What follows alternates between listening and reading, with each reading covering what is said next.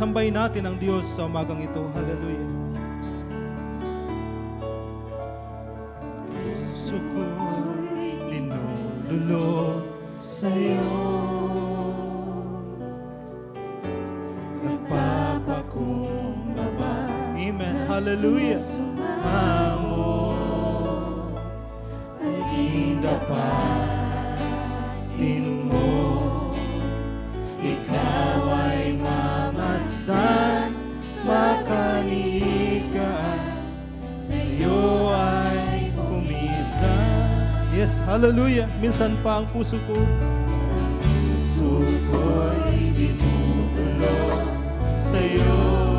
Yes, hallelujah. Sa umagang ito, Panginoon, hallelujah. Papakumbaba kami sa iyong harapan, hallelujah.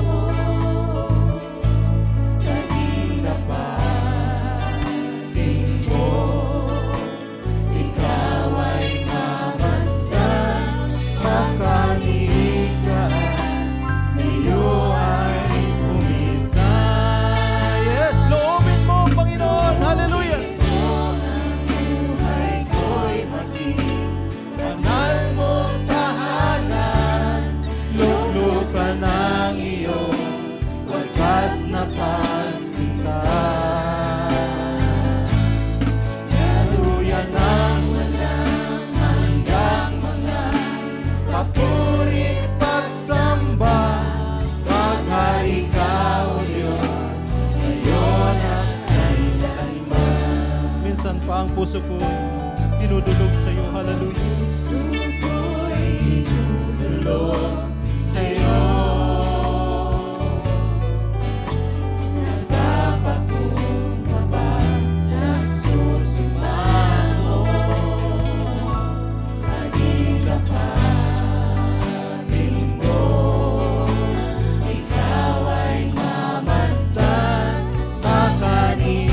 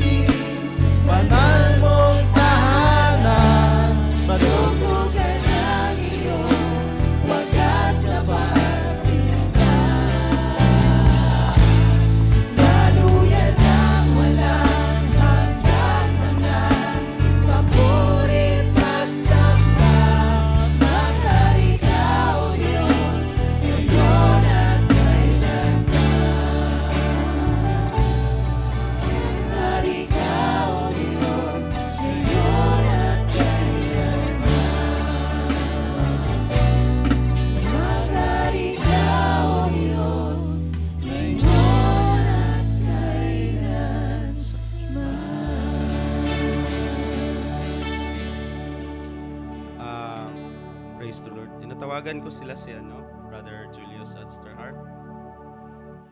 Let's have a baby dedication ngayong umaga, mga kapatid, for Nehemiah Ethan Diaz. Kala ko Benjamin na. Pag Benjamin na, bunso na kasi yun eh. So tinatawagan ko ang mga magulang sa harapan. The baby name is Nehemiah Ethan Diaz. Kasi may malaking role to sa Panginoon. Rebuilder. Harap na lang guys sa kanila, brother at saka sis. Bago natin ihandog, minsan pa awitin natin. Sabay-sabay tayo umawit sa chorus na lang din. One more time. Loobin mo ang buhay ko'y maging banal mong tahanan. Loob ka ng iyong wagas na pagsinta.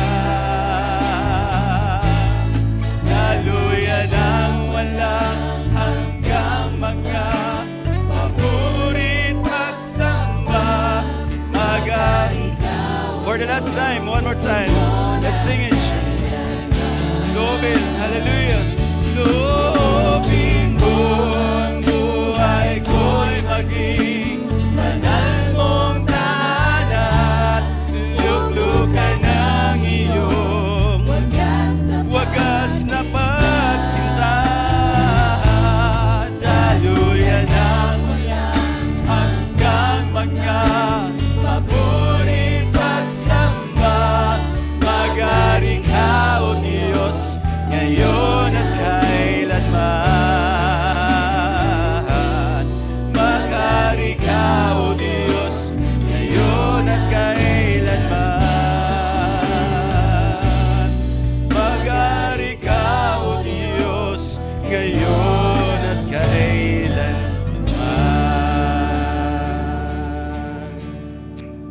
Amen. Praise the Lord. Sa ating harapan ay sina Brother Julius at Sister Hart for baby dedication kay baby Nehemiah Ethandias. Kayo ba, brother and sister, ay nangako sa ating Panginoon na na-erase natin ang erase ninyo ang inyong baby, bagong baby in the way of the Lord. Sabi ng banal na kasulatan, the way of the Lord, salita ng Panginoon, sa isang ma-raise up siya sa isang environment, sa isang tahanan na banal. Kagaya ng ating inawit, hindi lamang ang inyong mga sarili ay banal na tahanan ng Panginoon, kundi mismo ang inyong literal, physical, structural na tahanan ay tahanan din ng Panginoon. So, promise natin sa Panginoon na anumang mangyari, in trials, in persecution, sa meron, sa wala, ay mapasunod natin ninyo ang inyong mga anak sa biyaya ng Panginoon at sa daan ng Panginoon. Amen po ba, Brother Julius and Sister Hart? Maliban sa maaaring hindi pa ito bunso. Every child is a heritage from the Lord. That's scriptural. We'll pray na ang biyaya din ng Panginoon kasama ang iglesia, kaya nga walang nag-iisang ninong at ninang dito ngayon sa dedication, kundi ang buong iglesia ay witness at subaybay kagaya ng mga naunang mga kuya at ate ni Nehemiah, sila Ezra, sila Ezekiel, mga propeta, sila si Nathan, ay nakikita natin na ang biyaya ng Panginoon sa mga batang ito ay gumagawa. Amen po ba, mga teachers? Sila ay, I believe, nag-excel kahit sa Sunday school. Kung nag-excel man sila sa secular school, nakikita ng mga teachers na mga bata, ang mga kuya nito ni Nehemiah ay nag-excel din sa mga tinuturo sa kanila sa ating Sunday school. And that's a good sign, that's a good thing. Dahil part sila ng iglesia, hindi lamang structural ng tahanan nila Brother Julius at Sister Hart ang may responsibility. At ngayon ay sasaksihan natin, we will stand as God brothers, God sisters, God fathers, and God mothers sa dedication ni Baby Nehemiah. Can we raise our hands, mga kapatid, towards the altar, towards the baby? Hindi ko na rin siya mismo lay hands.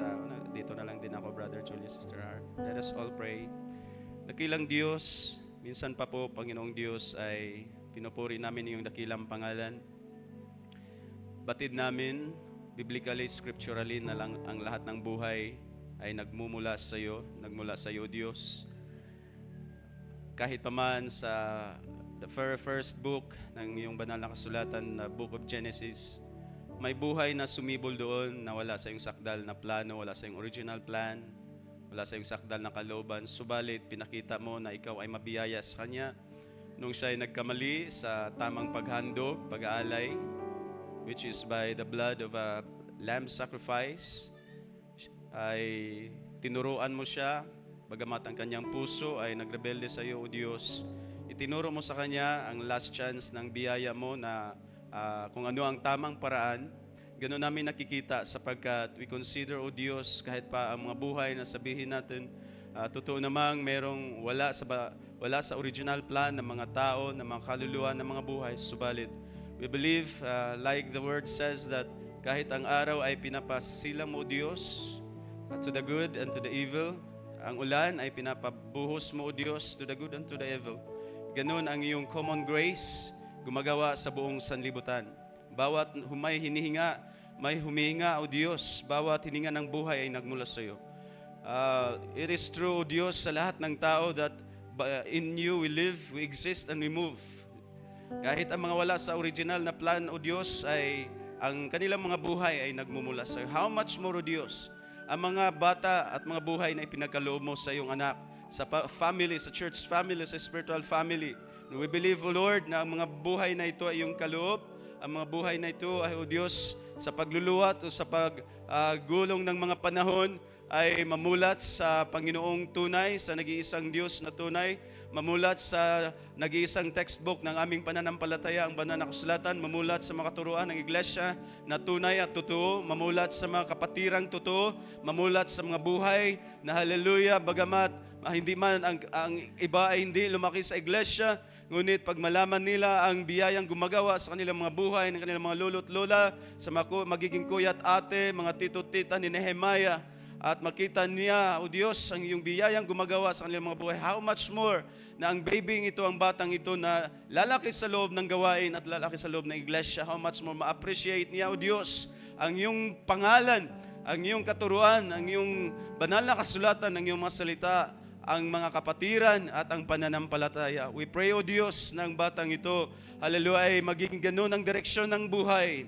And we pray, O Diyos, na ang kanyang mga magulang, hallelujah, sa mga panahon at sa gulang na siya ay magkamulat ng sa tamang isipan, O Diyos, ay walang siyang ibang makikita kundi ang pananampalataya ng kanyang ama at ina, ang pananampalatayang tumitibay, O Diyos, hallelujah, pananampalatayang nagmumula sa iyo, mahal na Panginoon. Kaya inihandog namin ang buhay na ito, ang batang ito, si Nehemiah Ethan, O Diyos, sa iyong harapan, tanggapin mo ang kanyang buhay, hallelujah, na iyong hinayaan na sa 9 na buwan ay naiingatan sa sinapupunan ng aming mga kapatid hanggang sa iniluwal. At ngayon ay iniaalay at inihandog, O Diyos, sa iyong harapan, hallelujah. Tanggapin mo ang kanyang buhay, subaybayan mo po ang kanyang buhay, hallelujah, ang kanyang paglaki, at siya'y dalangin namin, siya'y lalaki, hallelujah, mamulat sa pananampalataya, mamulat sa tamang daan, mamulat sa biblikal na pananampalataya at pamumuhay, O Diyos. Hallelujah, pakaingatan mo ang kanyang buhay, hallelujah, sa anumang karamdaman, hallelujah, lumuwat man ang panahon bago siya, hallelujah, tuluyang naihandog sa iyong harapan, and I believe, O God, mula ngayon at sa masusunod pang mga araw at mga taon, ang iyong biyaya at buhay, hindi lamang literal at physical ng bio na buhay, kundi ang spiritual, the Zoe life, O Diyos. Hallelujah, ay maangkin ng aming baby na ito, Nehemiah Ethan. At sa iyo ang kapurihan, Panginoon, sa iyo namin iniaalay at binabalik ang aming mga pasasalamat, ng aming kagalakan na muli, meron kang muling idinaragdag sa aming kalipunan, hallelujah, na bagong kaluluwa at bagong pangalan, bagong baby na kapatid namin, O Diyos. Purihin ka amang banal, ang lahat ng ito ay aming inaangkin at idinudulog sa makapangyarihang pangalan lamang po ng aming Panginoong Kristo Jesus. And everybody say amen and amen. Amen. Purihin ang Panginoon. God bless you, brother. Praise God. Hallelujah. It's good na muli na rin, naka-attend na kayo muli, mga kapatid, Brother Julius, Sister Hearts, gawain. Sa mahaba-ring panahon na sila'y na hindered sa pag-attend. Bago tayo tuluyang makaupo, mga kapatid, read with me from the scriptures, from the Bible, from the 2 Corinthians chapter 1, verses 15 and 20. 15 to 20.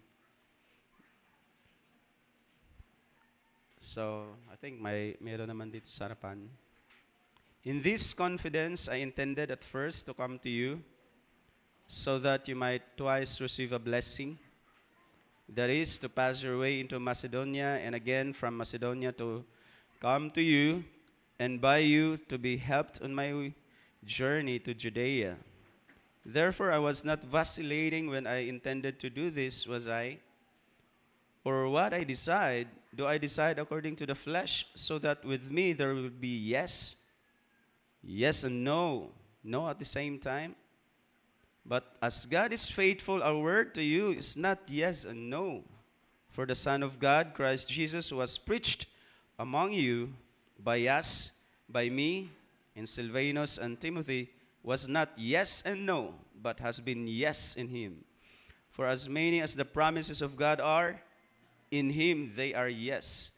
Therefore, through him also is our amen, to the glory of God through us. Lord, ikaw magpala, magbukas patuloy ng iyong mga mahal na salita sa umagang ito. In Jesus' name we pray. Amen. Mari na po tayo makaupo, mga kapatid.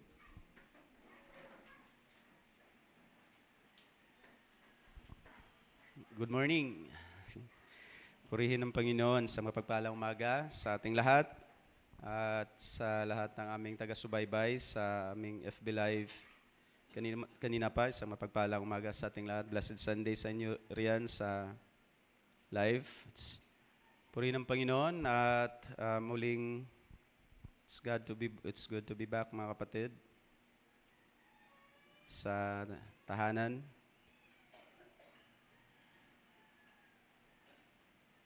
So, kumusta naman ang dry run nung Sunday? Okay naman? Super excited ba na may nakarating ng 7:30? Wala naman. I pray na tuloy-tuloy yan. Pagbago kasing schedule, bagong structure, para excited tayo. Parang nagmimisa di Gallo rin. At parang may nakarating ng before 8. So that's good and very good. At meron din tayong bagong time slots. So ang main preaching ay 1.5 hour na lang. At salamat sa inyong patuloy na pagsuporta sa anumang mga changes sa ating gawain. At may nagtanong sa akin kung ang mga guest ba sa ating fellowship ay free. So, invite them and tell them it's free. Huwag natin silang i-oblige sa 300. At mas mainam kung may mga invites tayo, mga kapatid, sa ating fellowship this December 22. At tell them it's free. So, sa ating mga invites, of course, because that's BYOP, let's bring our own baon. Pag may mga invites tayo, ay isama na lang natin sa budget sa ating lunch break, sa ating mga lunches. So, invite them, whether young and old. Kahit si ating guest ngayon, salamat pala sa Panginoon, from Tanay. Ang pangalan nun, sis? Ang pangalan niyo, sis? Okay, God bless you. Maraming salamat sa inyong pagdalo. If ever na kayo'y free sa December 22 ay welcome kayo sa aming whole day fellowship naman po yun. At nariyan naman sila Sister Che na mag-accommodate. So, bring your invites, young and old, mga acquaintances, mga friends sa ating gawain. It's not exclusive.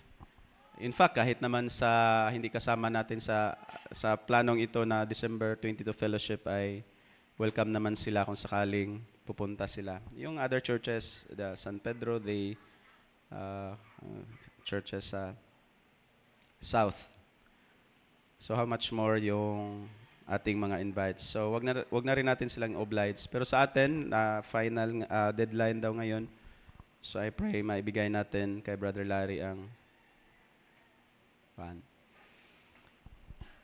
At salamat din sa Panginoon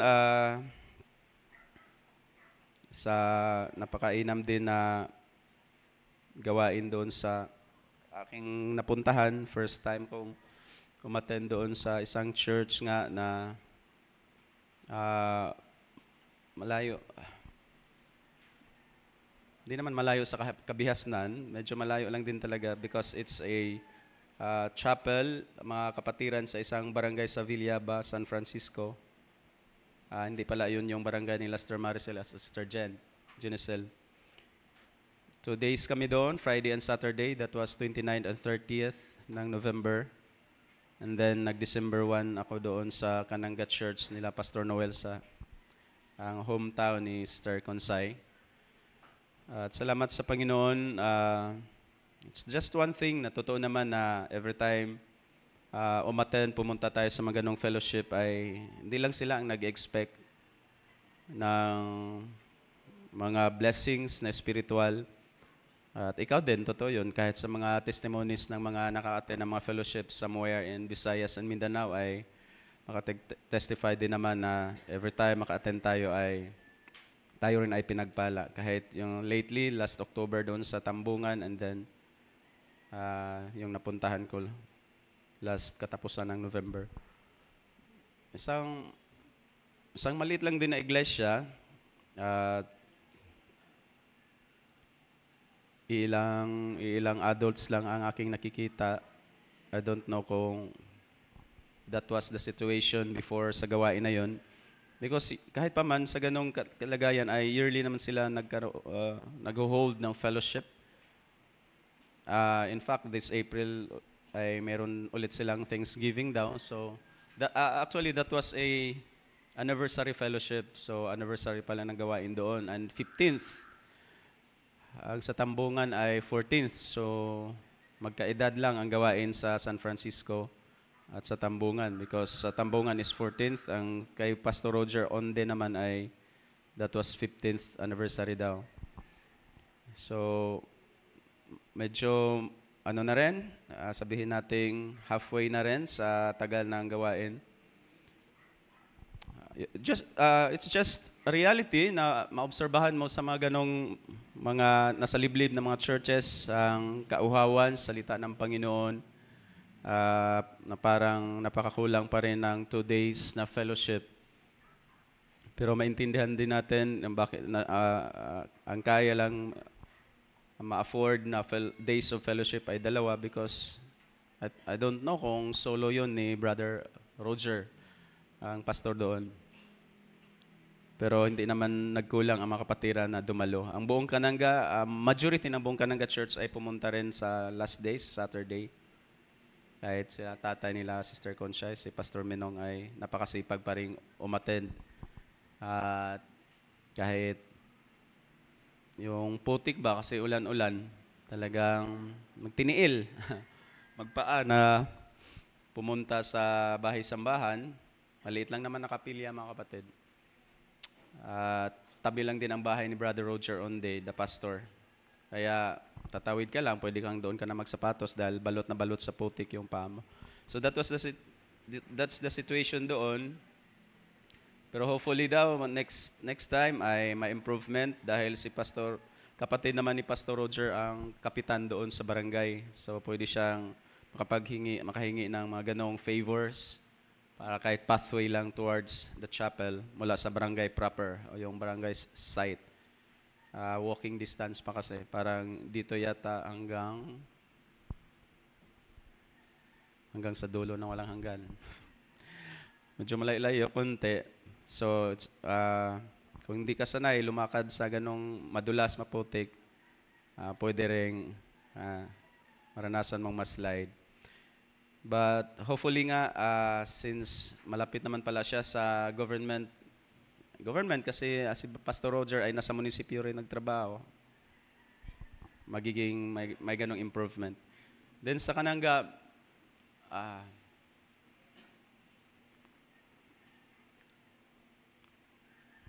at least pag ma-expose ka talaga sa mga ganong gawain, so makikita mo rin ang kanilang mga kalalagayan, kanilang mga desires, kanilang mga longings, kanilang mga hunger and thirsts.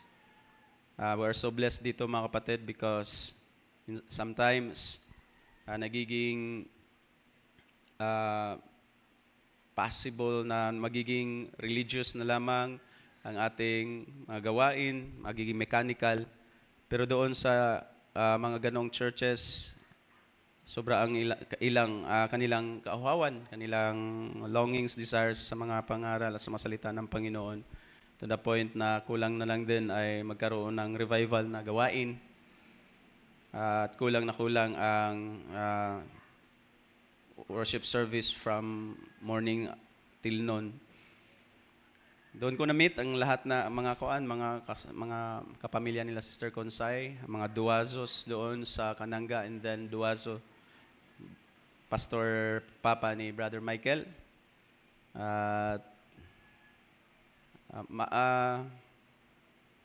Talagang makisig pa rin Pastor Michael ang iyong Papa. Kaya susugal pa rin ng talakayan. Talakayang pangmensahe at talakayang pang propeta sa huling panahon. At mabless ka. Nagkita kami, hindi doon sa Viliaba, kundi doon na rin sa Kananga dahil ang isang first cousin ni Brother Michael Duaso doon ay nagpa-blessing ng kanyang bahay at sasakyan. Isang napaka-humble na tao, isang humble na kapatiran. At yung kotse niyang bagong expedition ay talagang umakyat sa kabukiran para lang mahatid ang mga manggagawa ng Panginoon, yung mga pastor doon sa Visayas. And then, in-invites niya doon sa Kananga last Sunday ng afternoon sa blessing. Doon ko na-meet si Pastor Joel ba yun, Brother Michael? Joel? Junior or Joel Duazo. Tapos yung nagpa-blessing kasi, pamangkin niya kasi ang tatay niyon, Brother Toro Duazo, ay kapatid ng tatay ni Brother Michael. So doon ko sila na-meet. First time, si Brother Noel ay hindi ko naman first time na na-meet. Ilan sa mga kapatiran doon ay na-meet ko na rin sa mga gawain sa Suhuton at sa Mindanao.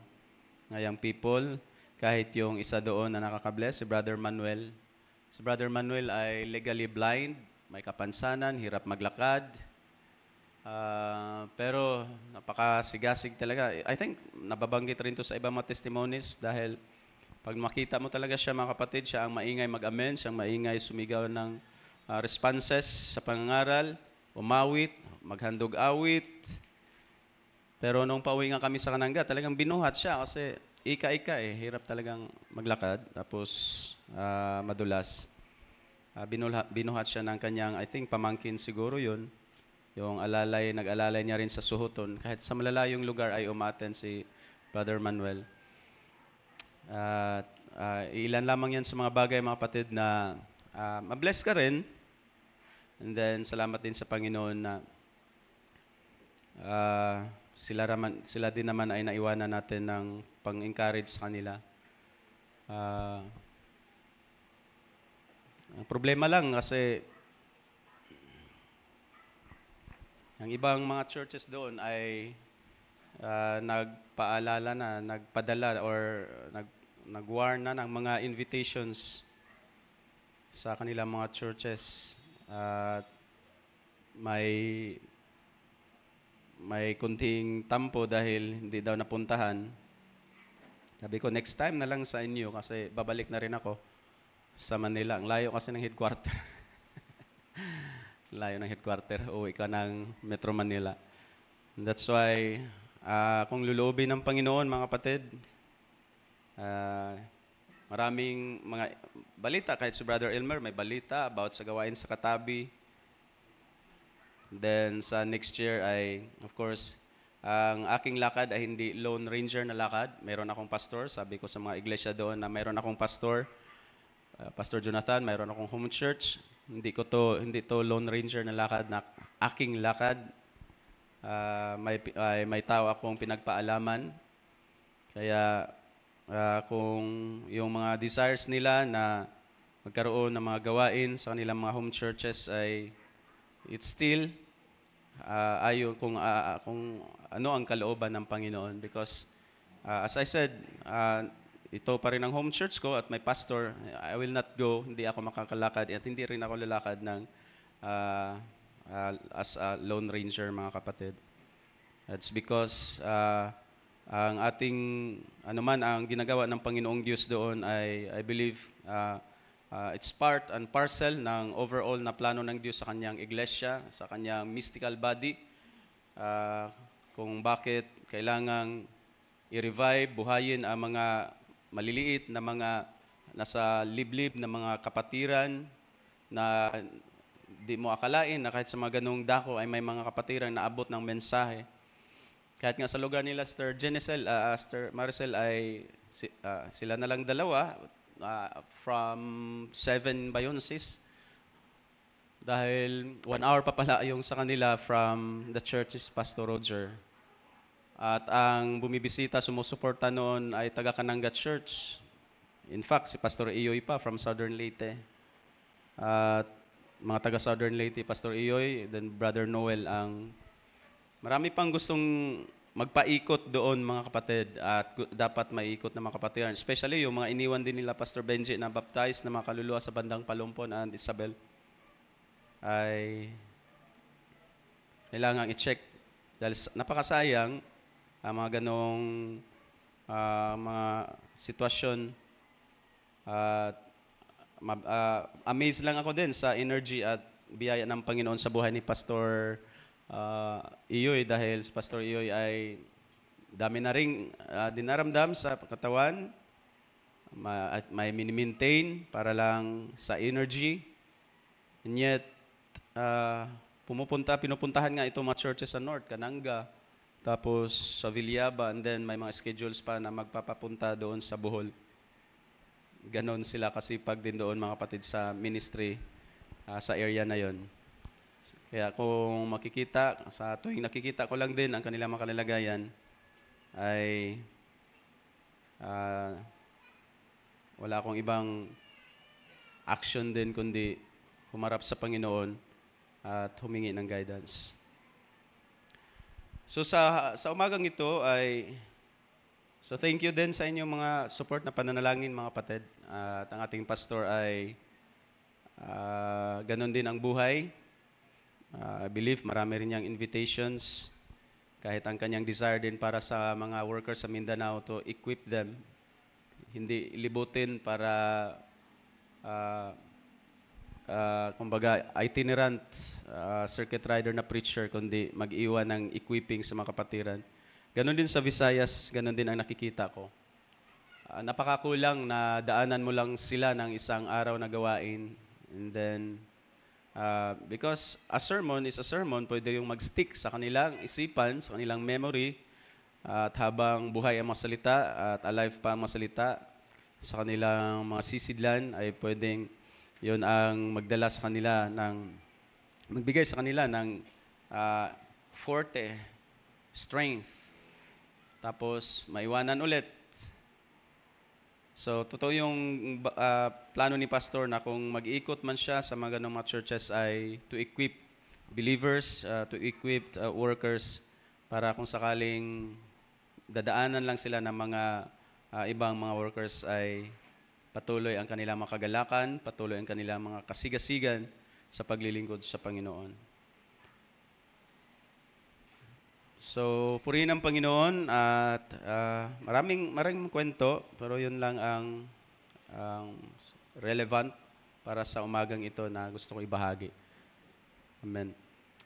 Sa umagang ito ay salamat din pala sa napakainam na foundation para sa message ko ngayong umaga sa exhortation natin, Brother Gerard, about the right foundation ng ating mga buhay Kristiyano.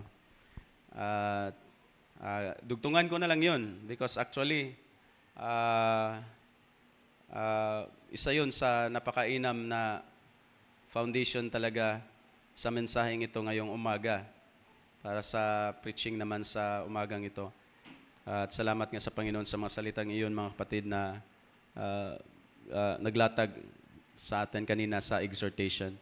Salamat sa inyong pagsama sa bawat bagong steps or bagong portion ng gawain, mga kapatid. Especially, lalo na kung minsan nalilimitahan ang ating mga testimonies and song offerings, it's because mayroon na rin tayong sinusunod na time. So, I hope na naintindihan natin yan. Pero huwag mawala ang ganong mga portions pa rin sa gawain. Kunin ko lang ang pamagat ng gusto kong bigyan ng diin sa umagang ito doon sa verse 19, verse 20. At pamagatan ko itong all the promises of God are yes in Christ. Lahat ng mga pangako ng Diyos ay oo kay Kristo Jesus. Amen?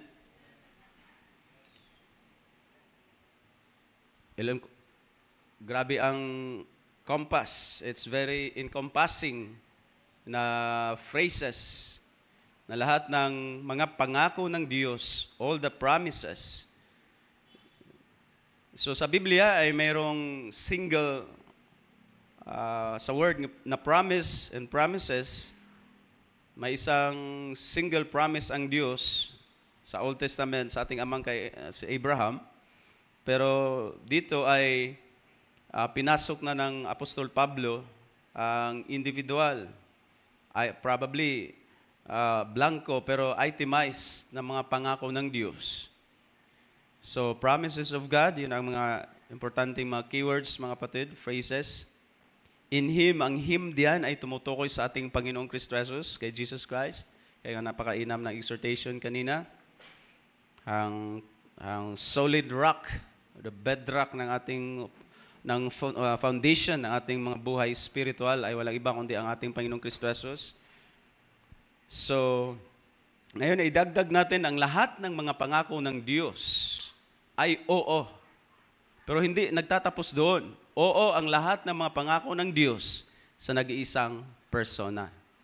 In one person, and that person ay walang iba kundi ang ating Panginoong Kristo Jesus. So, by way of, it implies na outside ng ating Panginoong Kristo Jesus, ay totoong walang mapapala ang mga taong wala sa ating Panginoong Kristo Jesus.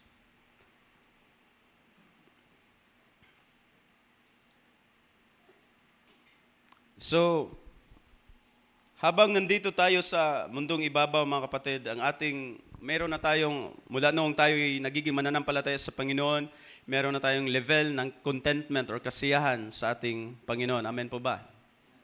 Don't tell me, hindi nyo kailanman naranasan na magiging satisfied, contented sa ating Panginoong Kristo Jesus. And yet, since nandito pa tayo sa mundong ibabaw, sa panahong ito na nariyan pa rin ang kasalanan, mga kapaitan, mga pains, ay hindi natin maiwasan, and of course, and I would say na ang contentment natin ay dagdagan ko ng isa pang modifier. At yun ay isang dissatisfied contentment. Dissatisfied contentment. Parang paradox, parang opposite. But it's true, mga kapatid. Don't ever say na we have got enough sa ating Panginoon. Totoong may level of contentment na tayong naranasan sa Panginoon, maaaring sa araw-araw, but we desire mo habang nabubuhay pa tayo, dahil nandito nga tayo, pinaligiran pa rin tayo ng mga kasalanan, mga paitan, to the point na humihiling pa rin tayo sa Panginoon. Kahit sa ating mga karanasan sa ating Panginoon, ay patuloy tayong humihiling ng more. Mayroon nga tayong awit, there is more, there is more. Meron pa tayong awit, Lord, I want more of you. Is that right, mga kapatid? Sino dito ang sa bawat araw ay sapat na kung ano ang karanasan niya? At first instance na nakilala niya ang Panginoon, or mayroong isang revival, or mayroong isang karanasan doon sa Jabez, at ngayon wala na tayong Jabez. Paano na yan, mga kapatid? Diba? Minsan, naalala natin na ang ating mga karanasan after Jabez, pagdating sa mga next na mga buwan at panahon ay nagdwindle. Nawala ang alab. Because sa ating buhay Kristiyano dito sa lupa, napakainam na dagdagan ko ang contentment ng isang modifier na salita at sabihin nating dissatisfied contentment. Ano itong dissatisfied contentment? Kagaya ng sinabi ni Apostol Pablo sa Philippians 3:12 na, not that I have already attained or I am already perfect, but I press on to make my own. Sa ibang version, I press on to make my own because Christ Jesus has made me His own.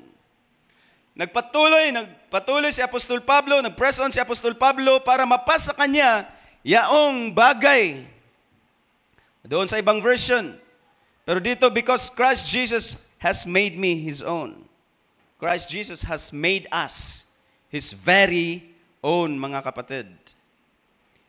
And yet, I believe na hanggang nandito pa tayo sa buhay na ito, ay meron pa tayong nilulong sa ating Panginoon na mga karanasan. Is that right, brothers and sisters? Or complacent na tayo? Every Sunday, mga kadalo, every Sunday, complacent na tayo na hindi, na mga Sunday, ang tawag niyan, hindi Sunday worshiper, I believe na hindi tayo mga Sunday worshipers because naituro na sa atin ang pagiging worshiper. Hindi lamang dito sa bahay-sambahan ang pagiging mananamba, but for us, sometimes enough na sa atin na we are Sunday na dumadalo every Sunday.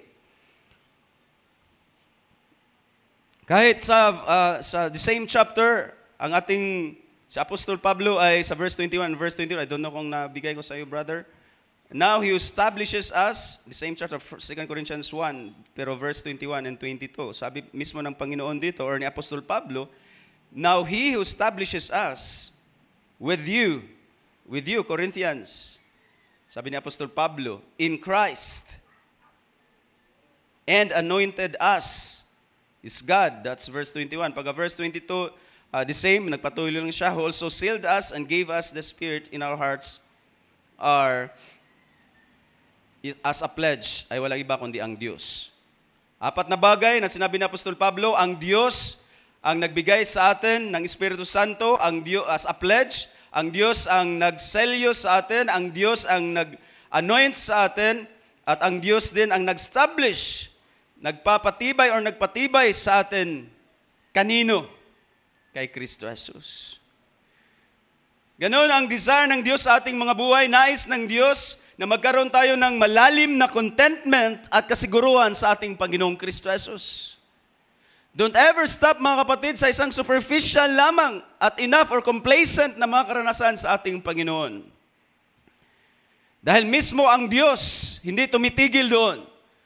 Naipangaral ko sa noon na ang Diyos ay hindi tumitigil nung ikay inaring ganap. Hindi siya tumitigil sa isang saving faith lamang dahil ang living faith, the faith that justifies or the faith that saves is buhay. At totoong hanggang ngayon, nasa process tayo ng transformation, pagpapaging banal ng Diyos sa ating mga buhay, sa practical na pagpapaging banal ng Diyos sa ating mga buhay, we live by faith. The justified lives by faith. Dahil ang desire ng Diyos, magkaroon tayo ng malalim na contentment at security. Sabi niya, ibinigay niya ang Espiritu Santo as a pledge, as a seal, as an anointing, and as a strength or stability. Yan mismo ang nais ng Diyos sa ating mga buhay, mga kapatid. Kahit si Apostol Pablo ay hindi tumitigil. Secure na ako, Kristyano na ako, baptized na ako, matagal na akong naglilingkod sa Panginoon, and then tumatabi, lumulugar na mga kapatid sa kanyang buhay Kristyano. No. I press on to make it my own. Sabi niya sa verse nating binasa. Ang kanyang mga longing ay perfection, ang kanyang longing ay fullness, kapuspusan. At hindi naman sa sinabing dry ang mga churches sa mga malalayong lugar, mga kapatid. Pero halatang gutom, halatang uhaw, halatang may desires for fullness. Kung ano man ang ating siguro mga naranasan dito, so how much more dito tayo na pinagpapala ng salita ng Panginoon. Ibinibigay ang salita ng Panginoon because God wants us to be established. God wants us to have a deep commitment, contentment, and security. And that's why a dissatisfied contentment. Lord, I want more of you. I want more the karanasang totoo, tunay, living na karanasan sa ating Panginoong Kristo Jesus. Si Apostol Pablo mismo na may audacity na sabing, imitate me as I imitate Christ. Pero sa kanya mga salita, nating kababasa pa lamang ay there is somehow a dissatisfied contentment na sabi niya, I will press on to make it my own. Hallelujah. Alam niya na kay Kristo Jesus, we have every spiritual blessings in the heavenlies. Alam ba natin din yun, mga kapatid? Tayo ba ay kay Kristo? Alam ba natin na kay Kristo tayo ay pinagpapala ng lahat ng pagpapalang spiritual sa makalangit na dako kay Kristo Jesus? That's the solid rock foundation according to our exhortation kanina. Si Kristo Jesus, kay Kristo Jesus natanggap natin ang every spiritual blessing in the heavenly places. Paul also knows na, hallelujah, hindi pa kompleto, hindi buo ang kanyang karanasan.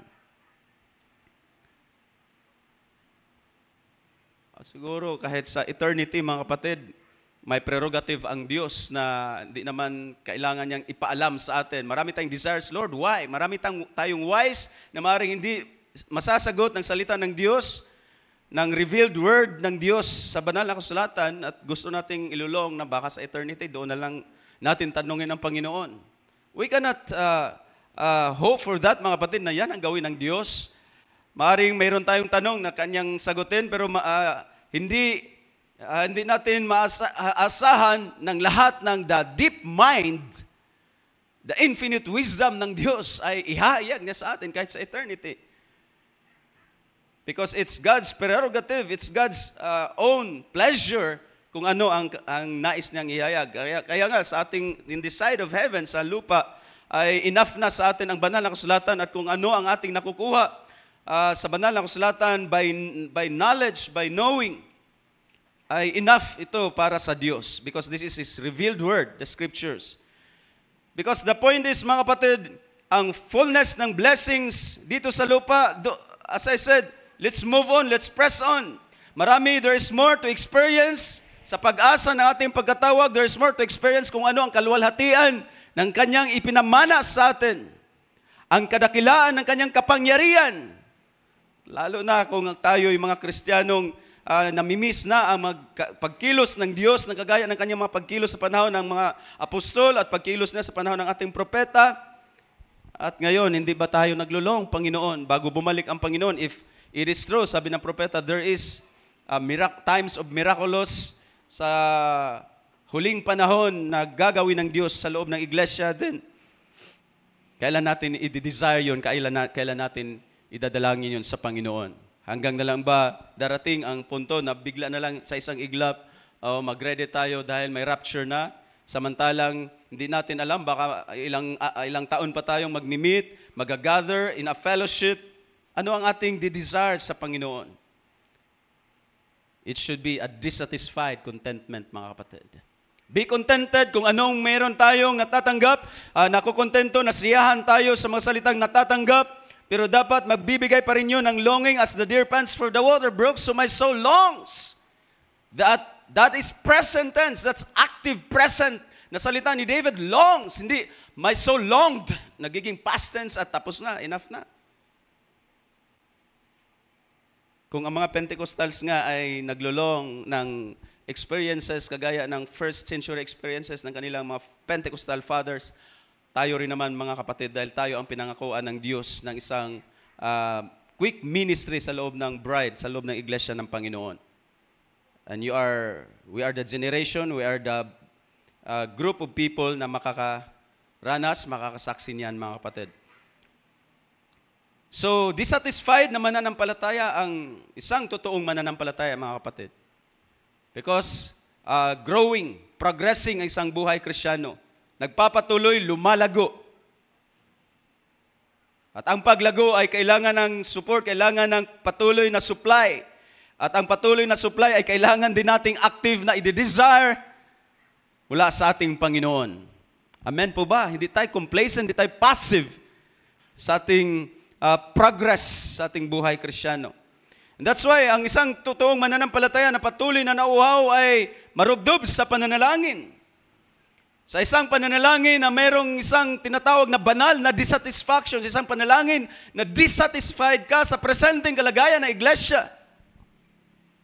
Kaya nga naman, nag-boom, kaya nga naman, nagiging worldwide ang ministry ng propeta dahil bagong pagkilos talaga yun ng Diyos.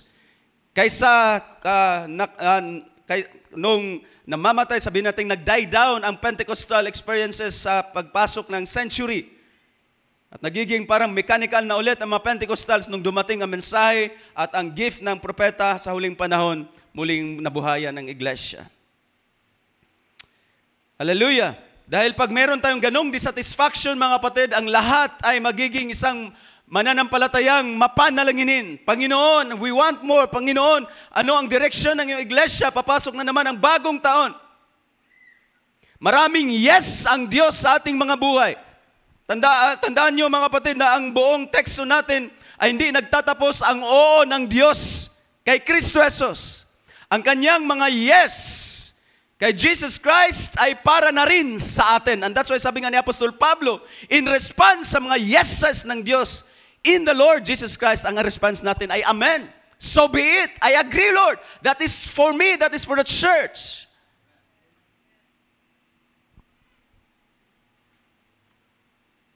Dahil ang isang dry, little na pananalangin signifies little desire for God.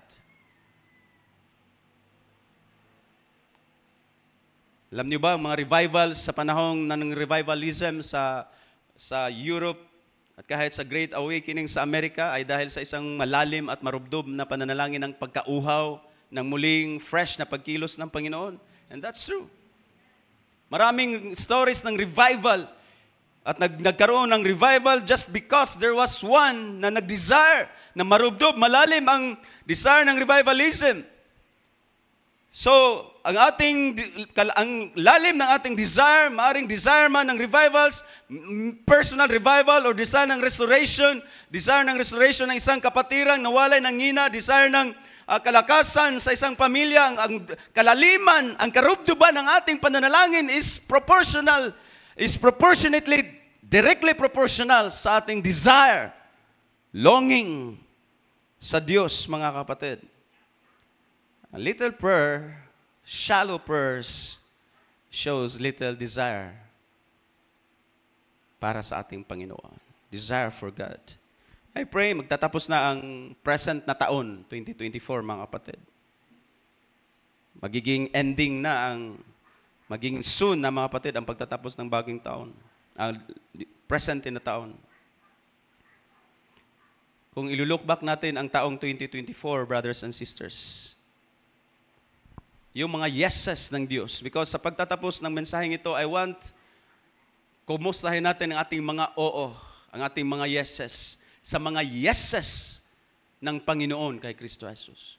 All the promises, all of God's promises are yes in Christ Jesus at para din yun sa atin, brothers and sisters. We are the recipients ng mga pangako ng Panginoon at ang mga pangako ng Panginoon ay tinuldukan na ni Apostol Pablo as yes. Of course, hindi hiwalay sa ating Panginoong Kristo Jesus. That's the bedrock foundation. Ayon sa sinabi nating kapatid kanina sa exhortation. So the question sa harapan, ibigay ko sa inyong harapan mga kapatid, sa umagang ito, nabubuhay ba tayo sa fullness, sa fullest enjoyment ng mga oo ng Diyos sa ating mga buhay?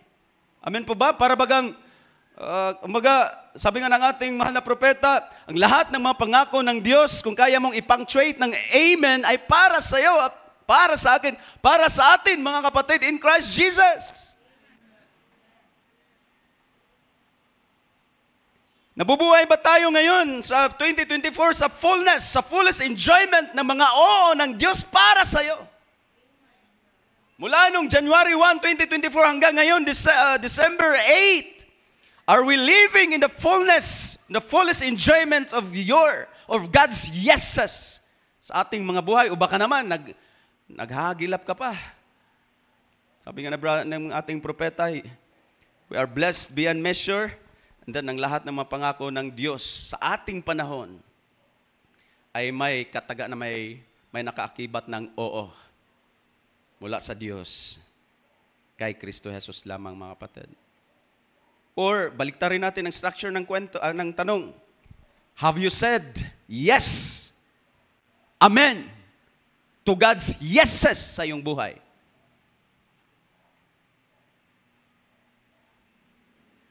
Nag-oo ka rin ba sa mga oo ng Diyos para sa iyo? Or alam ba natin ang mga oo ng Diyos para sa iyo, para sa buhay mo? And then, in response, have you said yes to them?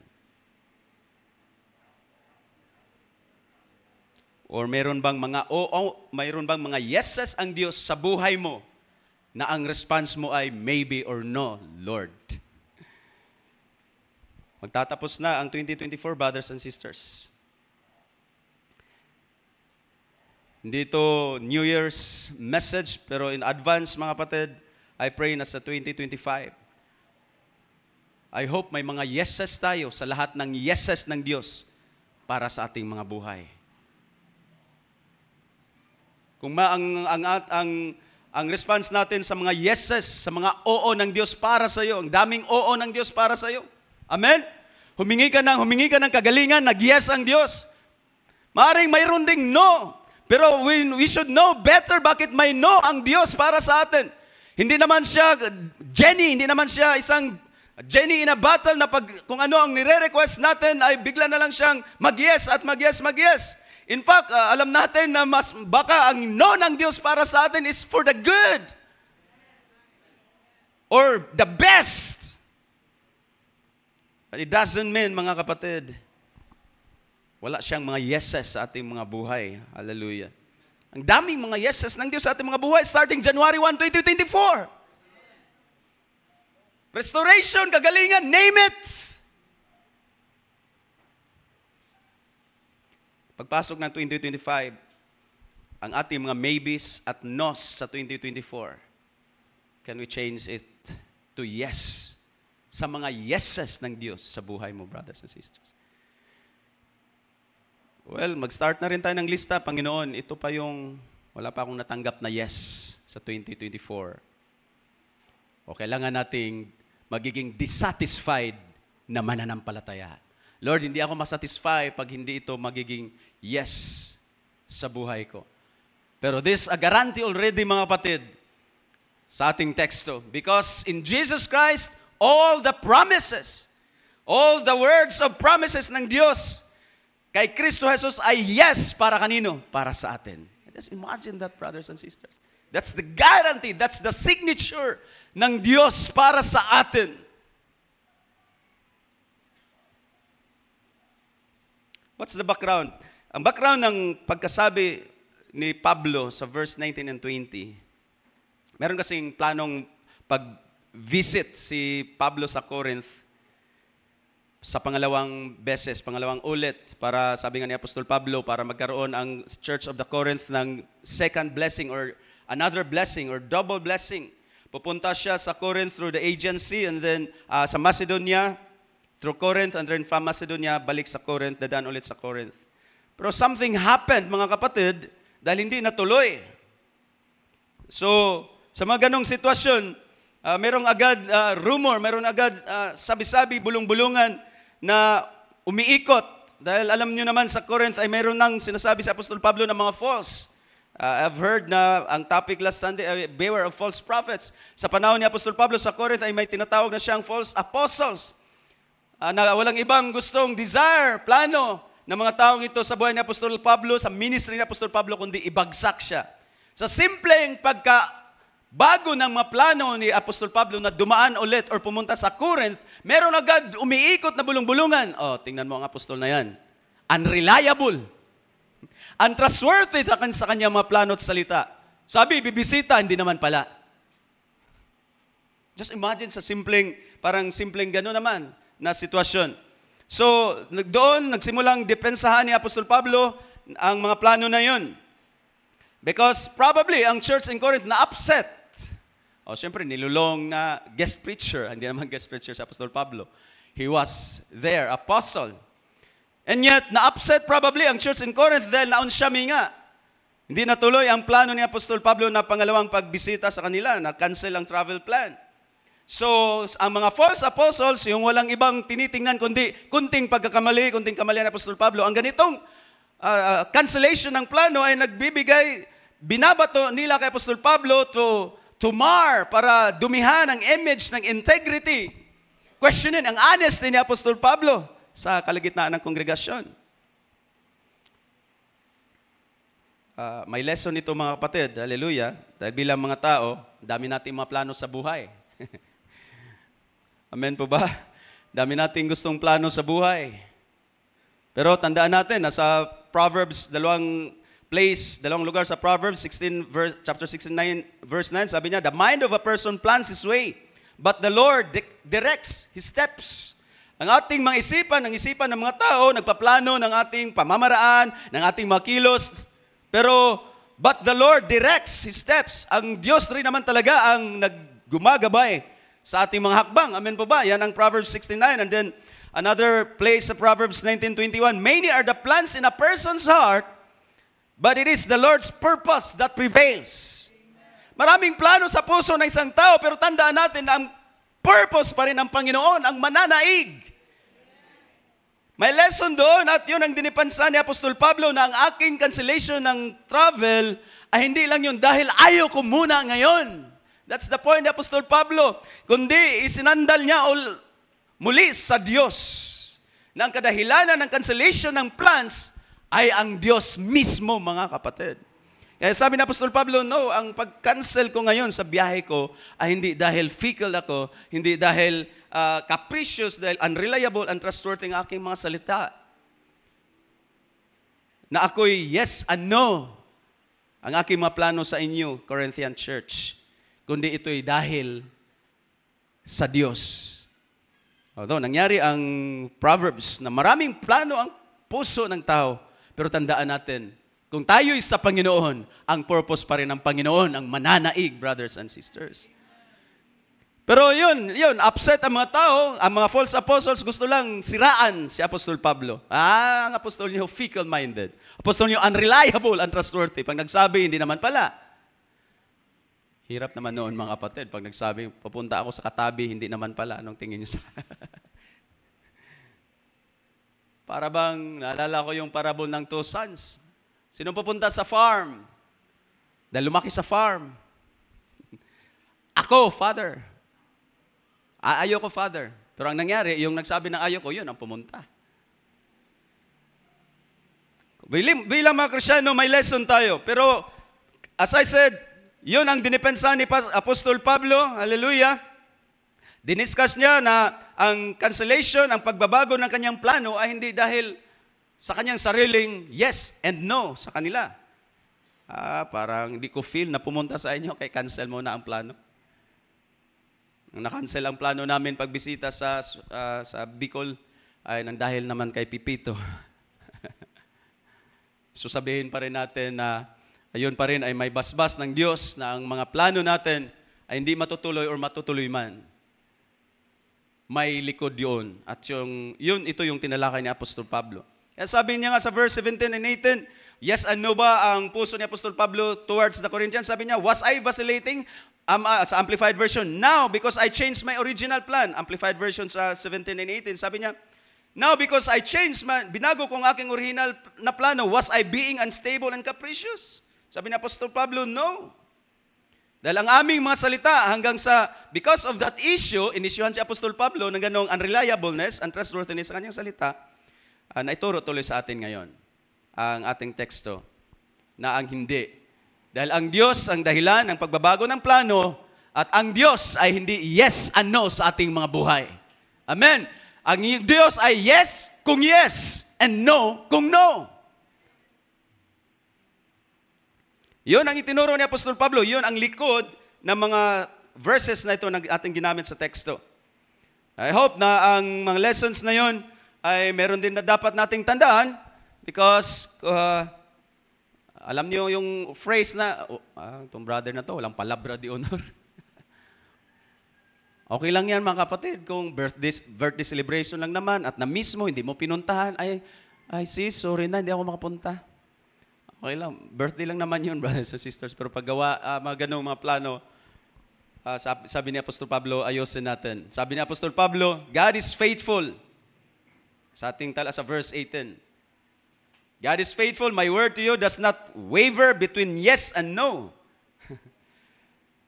Ibig sabihin, dinala na ni Apostol Pablo sa simpleng pag-defense, sa ganong changes, dinipensahan niya, ng lahat ng iyon ay may Diyos sa likod noon.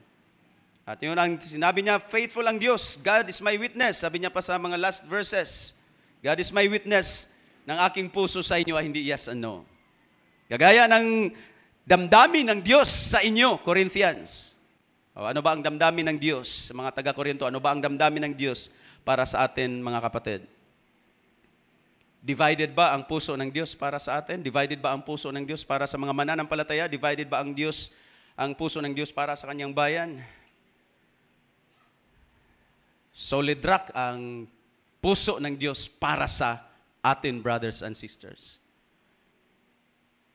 Kaya nga, ibinigay niya ang foundation. Yung tinuro sa atin kanina sa exhortation, inilatag, ibinigay ng Diyos ang nag-iisang solid rock foundation at doon tayo babase, doon tayo nakukuha ng assurance and guarantee na ang puso, ang mind, ang kaisipan, ang plano ng Diyos para sa atin ay hindi fickle, hindi unreliable, kundi trustworthy. Amen po ba? Can we say amen?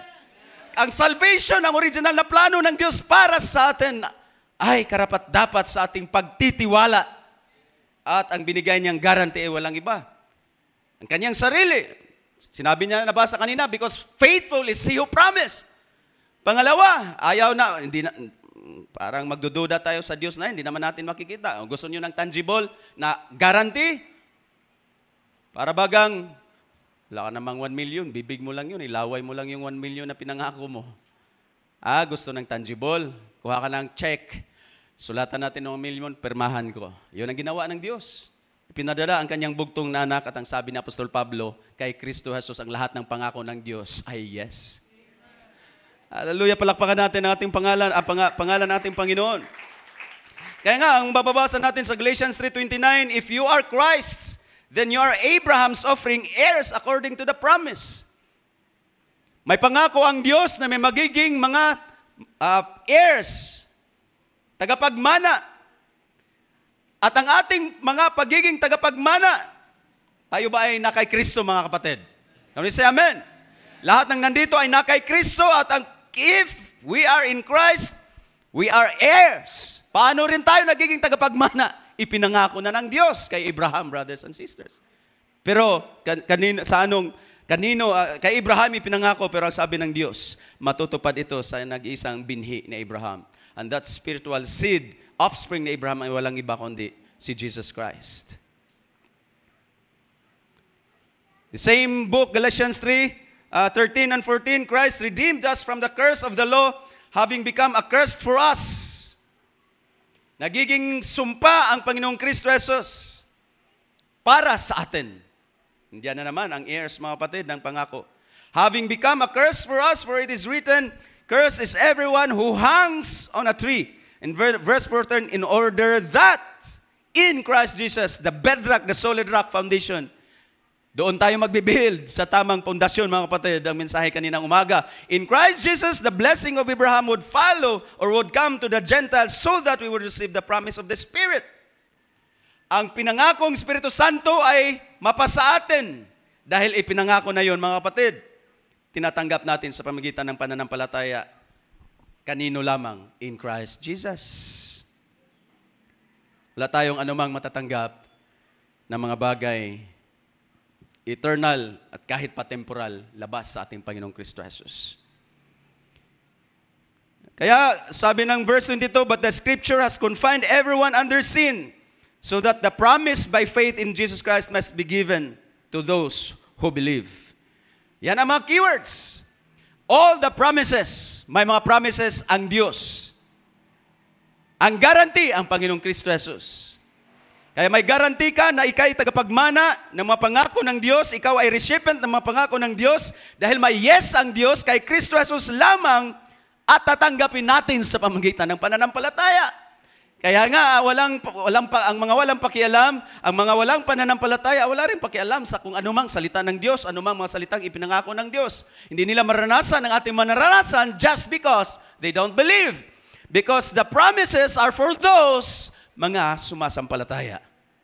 Hanggang ngayon, ang tanong hanggang ngayon, mananampalataya pa rin ba tayo sa mga pangako ng Diyos? Yun ang sabi ng banal na kasulatan, ang response lamang natin ay Amen sa lahat ng promises ng Diyos. Must be given or might be given to those who believe. Kahit pa ang daanan para ma-release ang mga pangako na yun ng Diyos ay sa pamamagitan ng kamatayan ng kanyang bugtong na anak. Cursed. Nagiging cursed. At tayo ikinonfine ng Diyos, ibinilanggo ng Diyos sa ilalim ng kasalanan para lumitaw, ma-release ang pangako niya sa pamamagitan ng kamatayan ng ating Panginoong Kristo Jesus. So ang lahat ng pangako ng Diyos, mga kapatid, ay para sa ikabubuti ng bayan ng Diyos sa pamamagitan ni Kristo Jesus. Sa Romans 15:8, ganito ang ating mababasa. For I say that Christ, again, kaya nga, salamat sa isang Espiritu na naghanda ng mga dugtong-dugtong na mensahe na ito mula pa kanina, because wala tayong imamagnify na ibang persona, mga kapatid, sa umagang ito, kundi ang ating Panginoong Kristo Jesus. Kanina pa lang sa exhortation, minamagnify na walang ibang bedrock foundation ng ating mga buhay, kundi ang Panginoong Kristo Jesus. All other grounds are sinking sands, brothers and sisters. But I say that Christ has become a servant to the circumcision. That's the first group of people na tinutukoy ni Apostol Pablo sa Romans 15:8. Si Kristo ay nagiging alagad sa mga pagtutuli o sa mga Hudyo, sa mga Israelites, in behalf of the truth of God. Sa katotohanan ng Diyos. Ang mga katotohanan ng Diyos na ito ay ang mga promises para i-confirm ni Jesus Christ sa una sa mga Hudyo ang mga pangako na ibinigay ng Diyos sa kanilang mga ama. That's the verse. Yan yung pagkasabi ng verse. Ang Panginoong Kristo Jesus para sa mga Hudyo ay nagiging alagad. Just imagine that one, ang ating Panginoon ay nagiging alagad pa ng Diyos para daw patunayan, i-confirm, i-affirm ang mga pangako ng Diyos sa mga ama, sa mga Jewish fathers, sa mga forefathers ng mga Hudyo. That's circumcision, first group of people. And then verse 9, hindi tayo plan B, mga kapatid, sa mga pangako ng Diyos.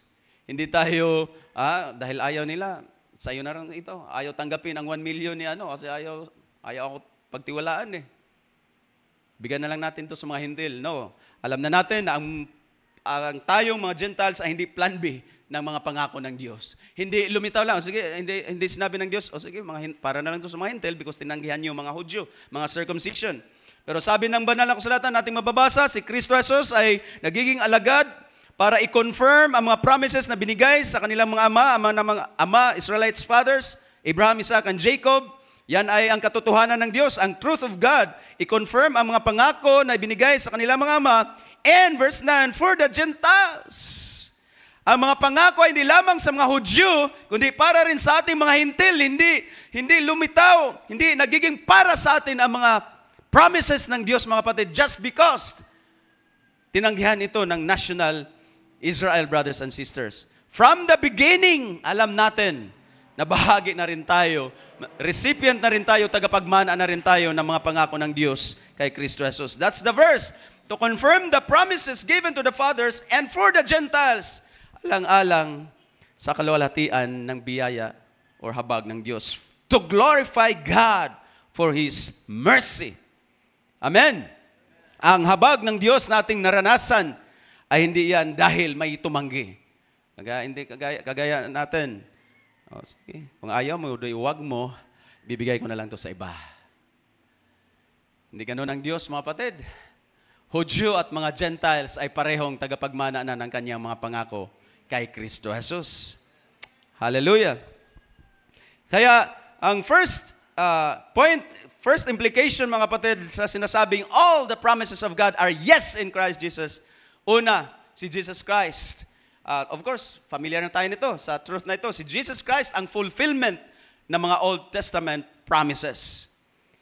Pangalawa, si Jesus Christ din ang fulfillment ng New Testament promises. Sabi nga ng propeta, ang mga Old Testament saints, ang Old Testament people is looking forward to the cross. To Jesus Christ, sa coming Messiah. Tayo naman, mga kapatid ng mga Hintil, looking back sa fulfillment ng lahat ng mga pangako ng Diyos para sa atin, sa ating panahon, kahit sa ating panahon. Sabi nga ni Brother Branham, ang mga pangako ng Diyos sa ating panahon, sa end time, ay tumitingin pabalik sa ating Panginoong Kristo Jesus sa krus. Ang meeting place, ang rendezvous ay ang Calvary, at ang rendezvous, pangalawang rendezvous ay ang person ng Panginoong Kristo Jesus. So all the promises, anong ibig sabihin ng all the promises of God are yes in Christ Jesus. Number one, si Jesus Christ, ang fulfillment ng lahat ng mga pangako ng Diyos sa Old Testament. Bago mapasa atin, bago ang lahat ng mga pangako ng Diyos bago mapasa atin, una itong natutupad na pangyayari, nagkaroon ng fulfillment sa ating Panginoong Kristo Jesus. Si Jesus Christ is the ultimate fulfillment ng lahat ng promises ng Diyos. And that's why ang mga Old Testament people, sa coming Messiah nakatingin.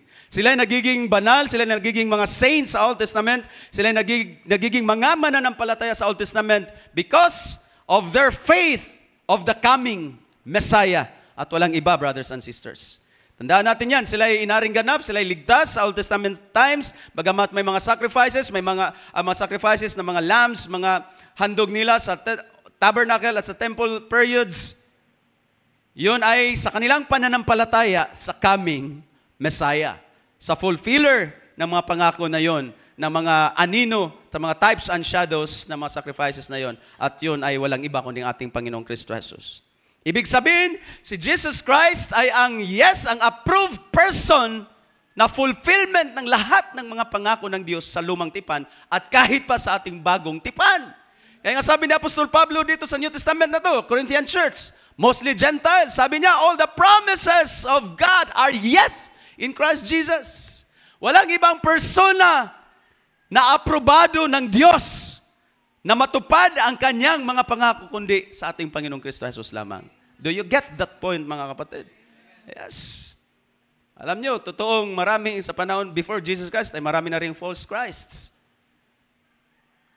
Sabi nga na Gamaliel, oy, mag-ingat kayo na wag niyong basta-bastang salungatin ang mga taong ito or ang mga followers ng Jesus Christ na ito. Kasi maraming lumitaw sa unang panahon na parang Messiah na rin, warrior type Messiah, liberator type Messiah. Kasi yun ang kanilang dream sa isang Messiah, warrior, fighter. Sabi ni Gamaliel, wag, ingat kayo. Kasi kung hindi totoo ang Jesus Christ na ito, bungkag. Magkawatak-watak at maglaho rin kagaya ang mga nauna. Pero mga kapatid, ang ating Panginoong Kristo Jesus, kahit sa pasimula pa ng kanyang ministry ay aprobado na ng Diyos. Nandoon na ang yes ng Diyos bilang the fulfillment of all the promises, Old Testament promises, Old Testament types and shadows and characters. Kaya nga, Christ in every book of the Scriptures na fulfill kay Jesus Christ. Kay Jesus Christ lamang ang lahat, ang yes ng lahat ng mga pangako ng Diyos sa Old Testament times at sa New Testament. Saints, brothers and sisters. Kahit sa pasimula pa ng ministry ni Jesus Christ, anong sigaw ng Ama? This is my beloved Son, in whom I am well pleased. At sa bandang huli ng ministry ni Jesus Christ, 1 week na lang siya bago mapako sa cross sa Matthew 17, this is my beloved Son, hear ye Him. This is my beloved Son, sa Kanya lang kayo makikinig dahil sa Kanya lamang ang aking first approval. Pero ang kagandahan, after ng yes ng Diyos sa Kanyang bugtong na anak, ang lahat ng mapangako niya rin para sa atin ay yes din. Dahil ang Kanyang bugtong na anak ay aprobado hanggang sa dulo ng Kanyang ministry. Oh, hallelujah. It just means, mga kapatid, kung hindi totoo si Jesus Christ, sabi nga ni Apostol Pablo, kung hindi totoo si Jesus Christ, hindi rin totoo ang ating pananampalataya. It's about resurrection. Mamaya, madaan na natin konti. Kung walang pagkabuhay na maguli, then vain ang ating pananampalataya. Vain ang mga pangaral dahil hindi pala totoo si Jesus Christ ninyo. Pero totoo si Jesus Christ natin, mga kapatid. Aprobado siya ng Diyos. Siya nagagandahan niya. Ang napakagandang keyword at pattern sa ating mga mananampalataya. Aprobado siya ng Diyos. This is my beloved Son at the first and the ending of His ministry. Siya ang first. Ang sabi ni John, God has set His seal. Selyo ng approval sa kanyang bugtong na anak. And that's why Paul has the courage to say ng lahat ng pangako ng Diyos kay Kristo Jesus ay yes na mula sa Diyos, mga kapatid. Dahil mismo, ang first point, mga kapatid, is because Jesus Christ is the fulfillment of all God's promises sa lumang tipan hanggang sa bagong tipan. To the circumcision, to the Israel, and to the Gentiles.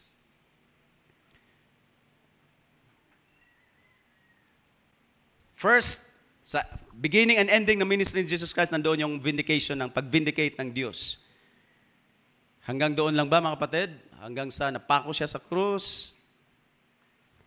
Sabi ng banal na kasulatan, ang napakainam na vindication ng Diyos sa ating Panginoong Kristo Jesus. Pinag-usapan muna natin si Jesus Christ bilang the bedrock, the solid rock ng ating buhay pananampalataya at ang guarantee ng lahat ng mga pangako ng Diyos.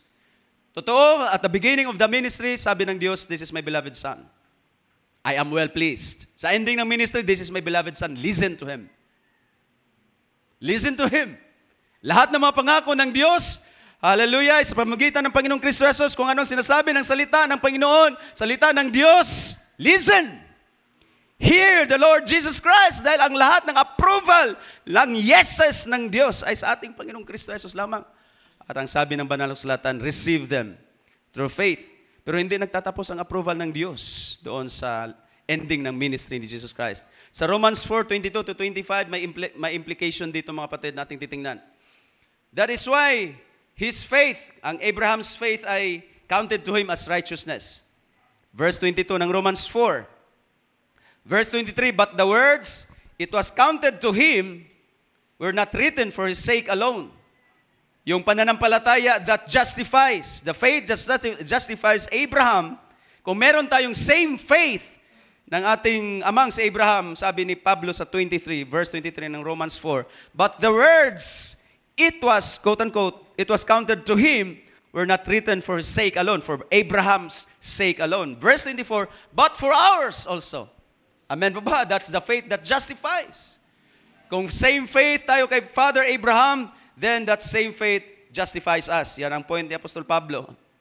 And then, but for us also, it will be counted to us who believe in Him, who raised from the dead, Him, God the Father, who believe Him, who believe God, tayong sumampalataya daw sa Diyos, or sumampalataya sa Diyos na nagbuhay, who raised from the dead Jesus our Lord, verse 25, who was delivered up for our trespasses.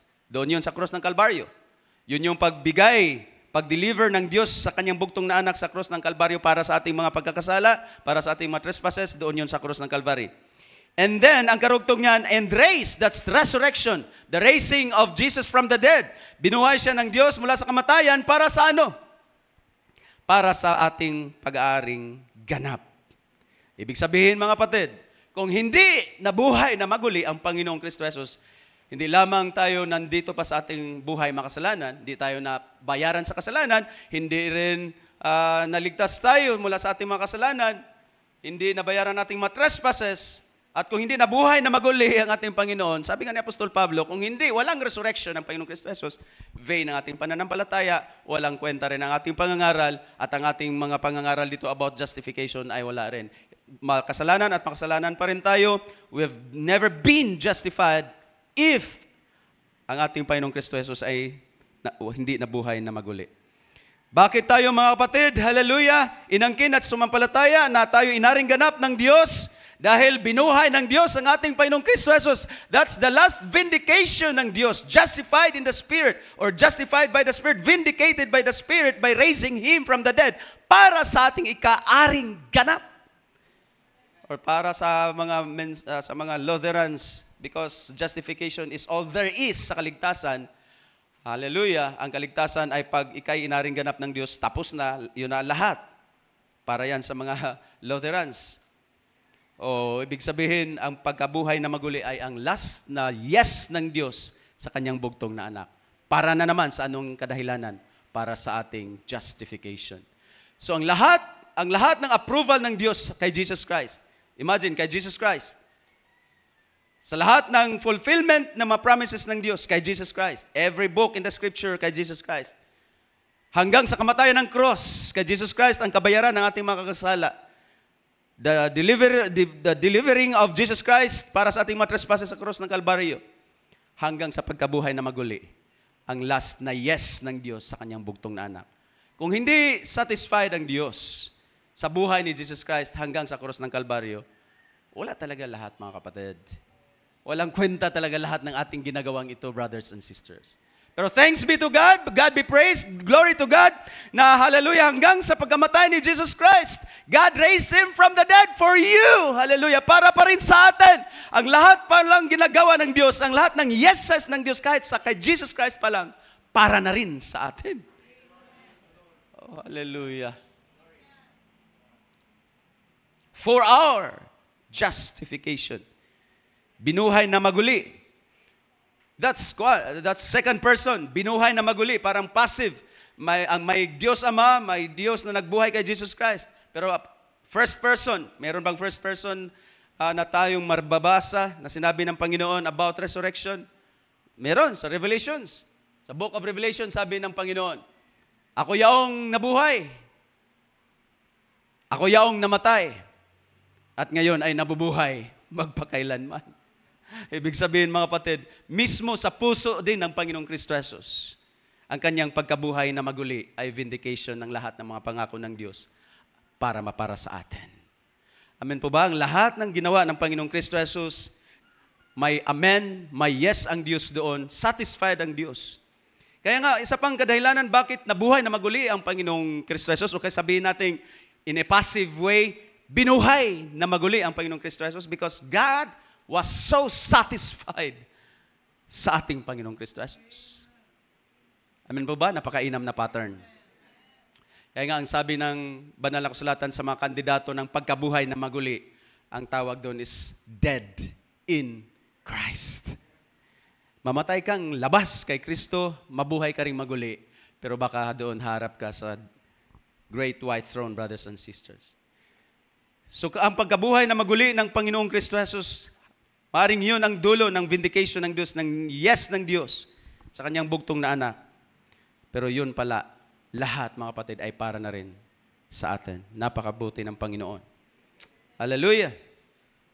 Kaya nga, when we say all the promises of God are yes in Christ, period muna tayo doon.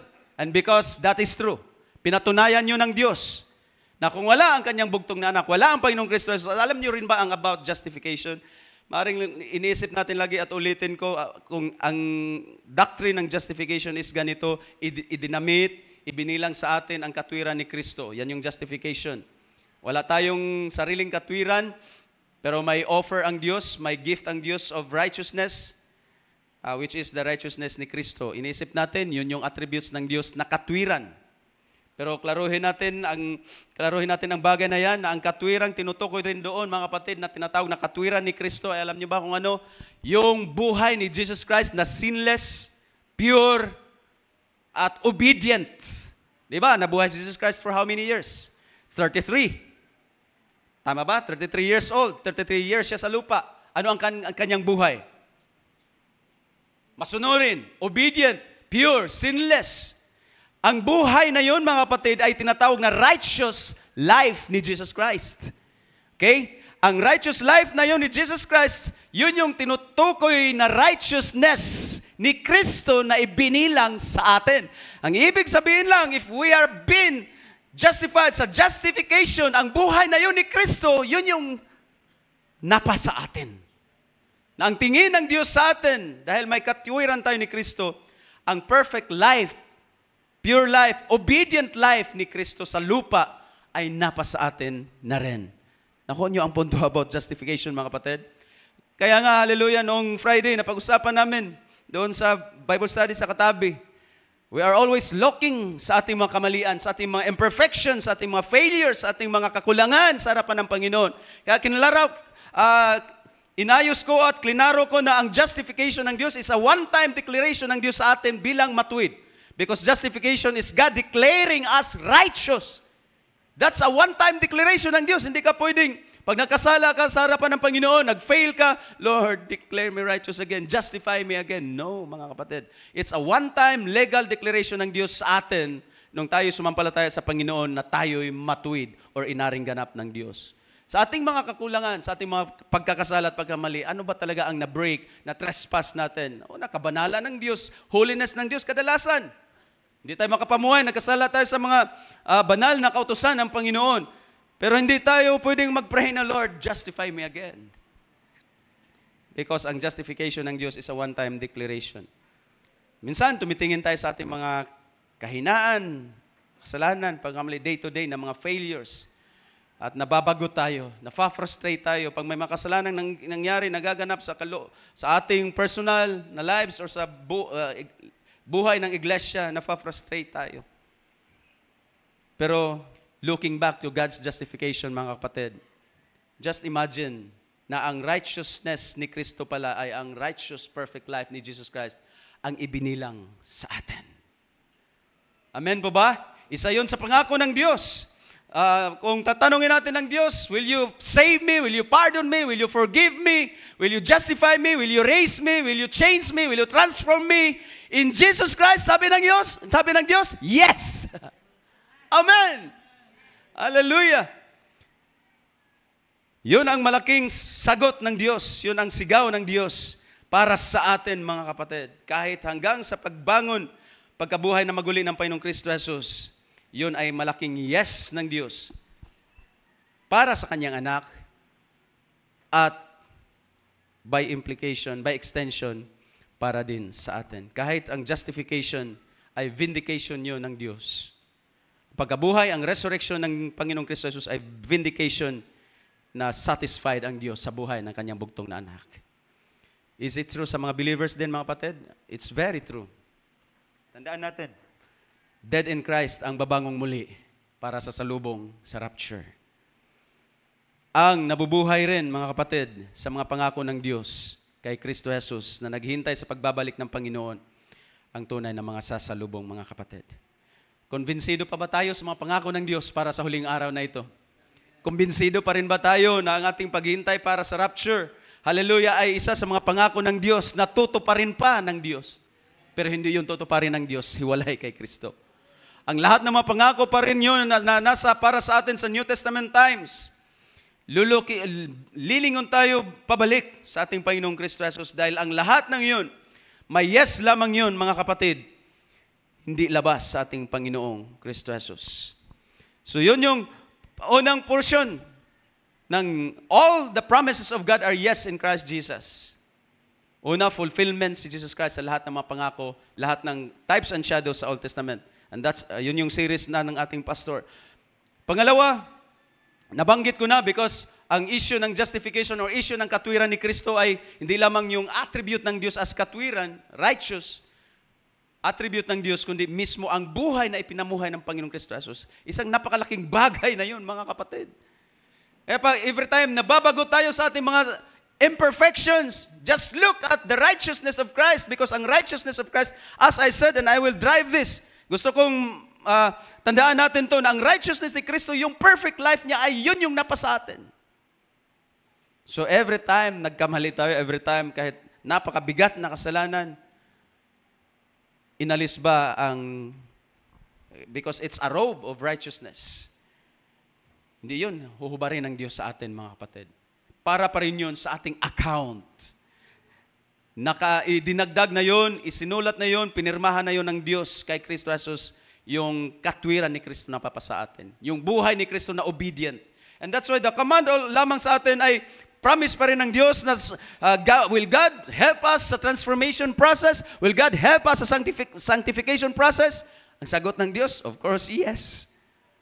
And that's why ang lahat ng ating buhay Kristiyano ay sa pamamagitan ng pananampalataya.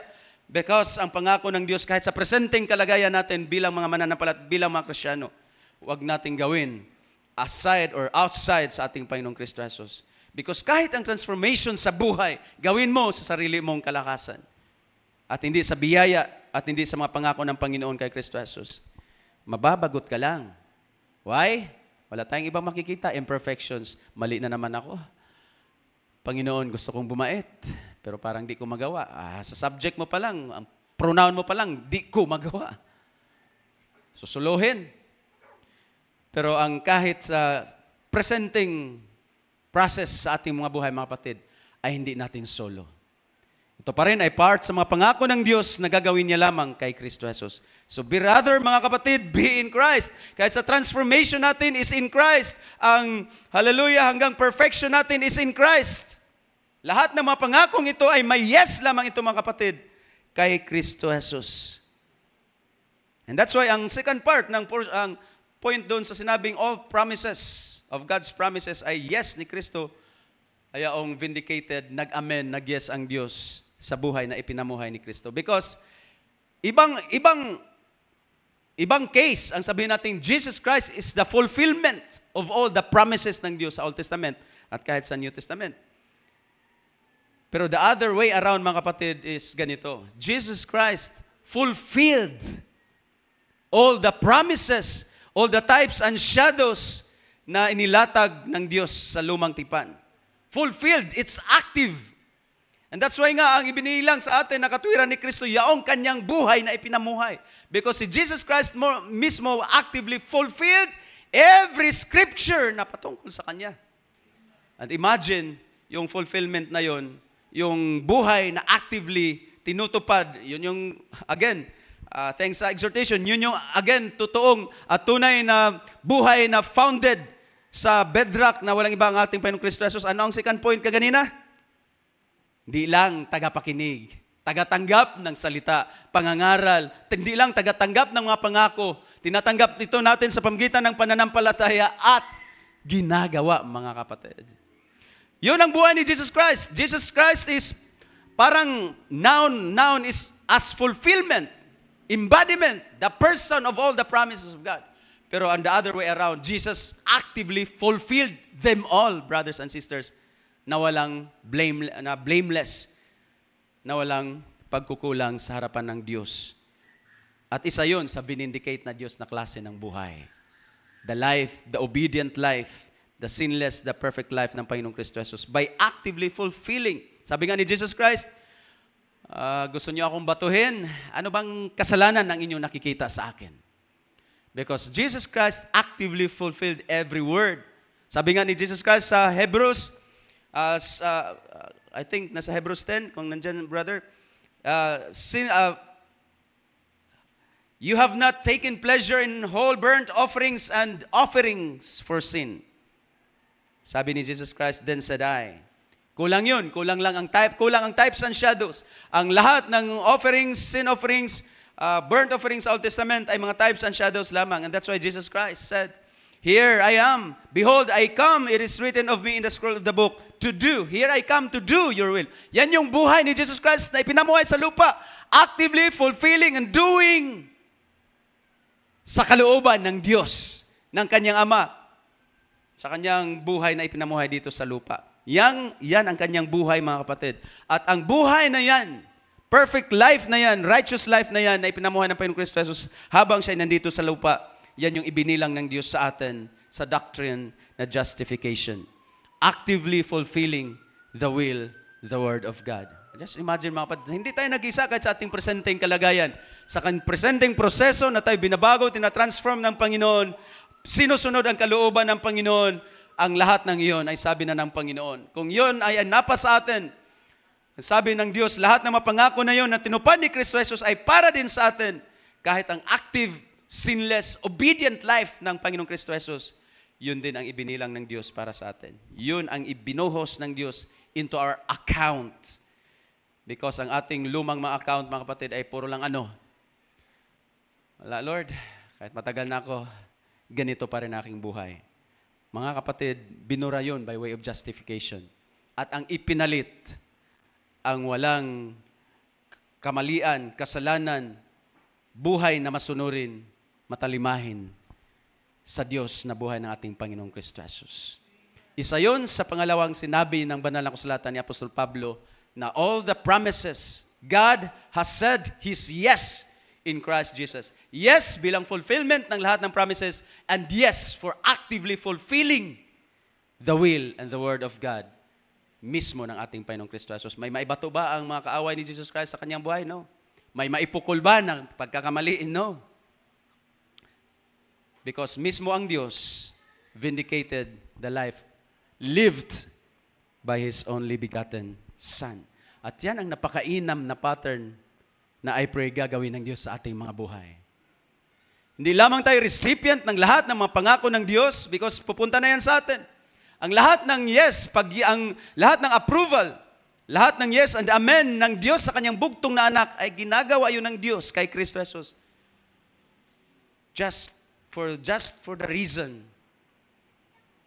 na yun ay lahat para sa atin, mga kapatid. Amen. Can we shout praise the Lord? Ang lahat na yun ay ginawa ng Diyos.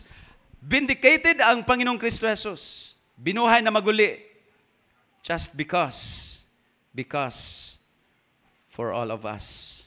Para sa ating lahat. Napakainam na salita ng Panginoon. And that's why all the promises of God are yes sa kanyang bugtong na anak. At ang reply natin bilang mga mananampalataya ay ano? Amen. Lord, this is for me. Lord, I need this. So ano ang mga yeses ng Diyos para sa atin na ating mga naranasan?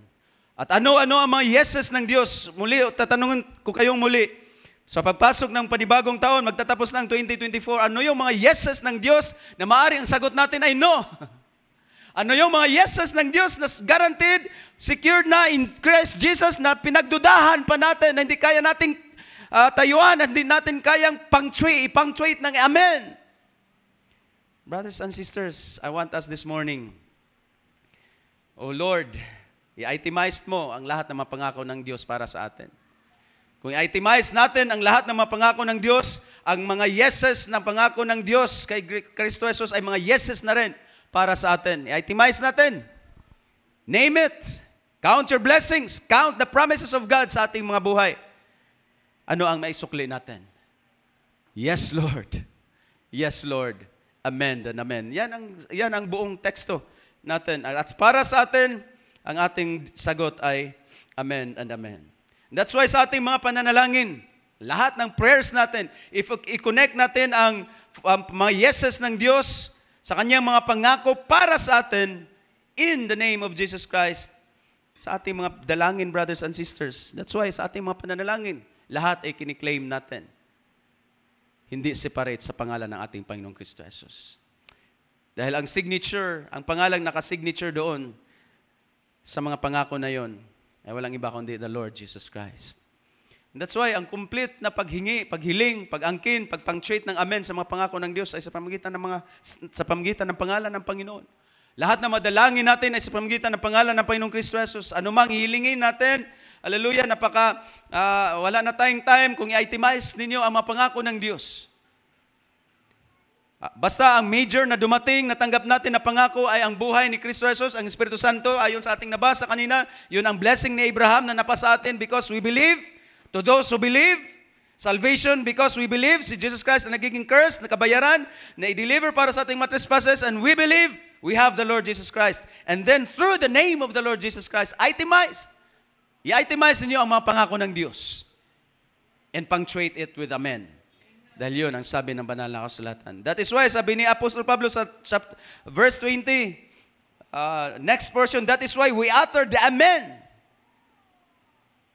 Hanggang doon lang ba? No. We utter the amen through the name of the Lord Jesus Christ, mga kapatid. I hope, I would say happy, masaya tayo pag sabihin kong, masaya ako pag sabihin kong wala tayong problema. Wala tayong kinakaharap na problema. Walang issues sa ating buhay. Ating iglesia ay dumaan sa mga iba't ibang issues. Ang ating iglesia, mga kapatiran, dumaraan sa iba't ibang issues. Pero mga kapatid, hallelujah, ang pangako ng Diyos sa atin ngayon, ang ating reply ay amen. Reply tayo ng yes and amen sa lahat ng magpangako ng Diyos, hindi hiwalay sa pangalan ng ating Panginoong Kristo Jesus. Kung ang lahat ng pangako ng Diyos ay yes and amen in the name of Jesus Christ, i-claim natin yun also in the name of the Lord Jesus Christ. Pangalawa, ang ating mga dalangin, ang ating mga hiling sa Panginoon ay hindi rin hiwalay sa kaluluwalhatian at ikaluluwalhati ng Panginoon. Humiling ka ng hindi ikaluluwalhati ng Panginoon. I don't know if there is God's yes on it. Amen. Prayer is for the God's glory. Ang ating mga utterance ng amen, ang ating pag-responses ng amen. Ating mga panalangin na may mga amen sa mga pangako ng Diyos. Anong sabi ng banal na kasulatan? That's why we utter the amen through the Lord Jesus Christ or through the name of the Lord Jesus Christ to God for His glory para sa kanyang kalwalhatian. So ang ating pag-claim sa mga pangako ng Diyos, all the promises of God, how do we claim all the promises of God na may yes and amen na in Christ Jesus? Hindi lamang sa pangalan ng Panginoong Kristo Jesus. Pangalawa, hindi ito hiwalay sa ikaluluwalhati ng ating Diyos. And that's why, humiling ka ng hindi connected sa ikalululahati ng Panginoon, huwag ka na rin mag-doubt. Kung hindi yan, yes sa harapan ng Diyos. Because that's the whole point ni Apostol Pablo. Ang ating pag-utter, ang responses natin ng amen sa salita ng Diyos, o kahit sa ating mga dalangin, dapat sa ikaluluwalhati, ikalulugod ng Diyos. Panginoon, ito bang hinihiling ko ay sa iyong ikaluluwalhati? Ikaluluwalhati mo pa ba itong dalangin ko? Desire nga ng puso ko. Pero wag mong ihiwalay ang kaluwalhatian ng Diyos. Because we only utter amen sa mga pangako ng Diyos in response to God for His glory. That's the whole issue, brothers and sisters. And then pangatlo, kung i-connect natin ang pag-claim ng mga pangako ng Diyos sa pananalangin o kahit man sa mga nababanggit sa mga pangangaral, that's for me, Lord. Thank you, Lord. Amen. That's why from time to time, napakainam na may marinig kang mga amen sa salita ng Diyos, sa mga pangako ng Diyos, sa mga pangaral. At ang ating mga amen naman sa ating mga dalangin ay ang ating pagkapit. Hallelujah, sa kanyang mga pangako. Kapit sa mga pangako, hallelujah, ng Diyos para sa atin sa pananalangin, sa mga salitang naririnig na papakinggan sa mga sermons. Dahil ang salitang amen, mga kapatid, or yes and amen, sa salita ng Diyos, sa inyong nababasa, sa inyong meditations, sa mga pangaral at kahit sa pananalangin, hallelujah, ay isang pag-angkin sa mga pangako. Sabi ng mahal na propeta nga, if you can only punctuate every promises ng Diyos na para sa atin, then claim it, brothers and sisters. Ngayon, meron pa ba tayong mga hinihiling, dinidesire na Diyos, mula sa Diyos na mga pangako ng Diyos para sa ating panahon? Marami pa, mga kapatid. Hindi pa tapos. Pero yun ang pangako ng Diyos para sa atin. Even the Scripture itself promises us ng lahat ng yun ay may guarantee na ng oo ng Diyos kay Kristo Jesus at ang lahat ng yun ay para sa atin. Mari bang palakpakan natin ang ating Panginoong Kristo Jesus. Purihin ang Panginoon tayo, magsitayo, hallelujah. Kagaya ng sinabi na kanina, mga kapatid, faithful is He who promised. Sa mundo ito na puno ng kawalan ng katiyakan, ang ating pagtitiwala pa rin sa isang tapat na Diyos. Na ang tapat na Diyos ay kanyang iingatan ang kanyang mga pangako, ang siyang haking hamon sa isa't isa sa atin, mga kapatid. As I said, magtatapos na ang 2024. Hallelujah, maaring sa 2025, yung ibang yeses na pangako ng Diyos para sa atin, para sa bawat sapo sa atin. Who knows kung tutuparin niya na sa 2025. Di lamang personal na mga desires. Kahit ang dinesire natin na pagbabalik ng Panginoon, ang pag-aagaw, ang rapture, mga kapatid, we don't know what's coming sa next year.